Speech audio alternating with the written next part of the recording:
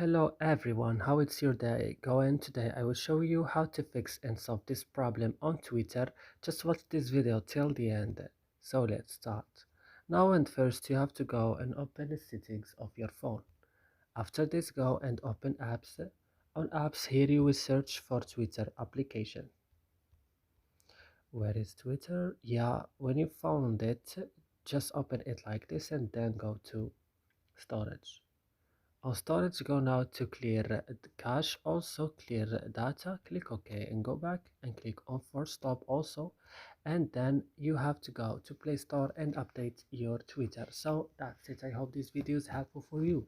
Don't forget to like and subscribe in our channel and see you in another video.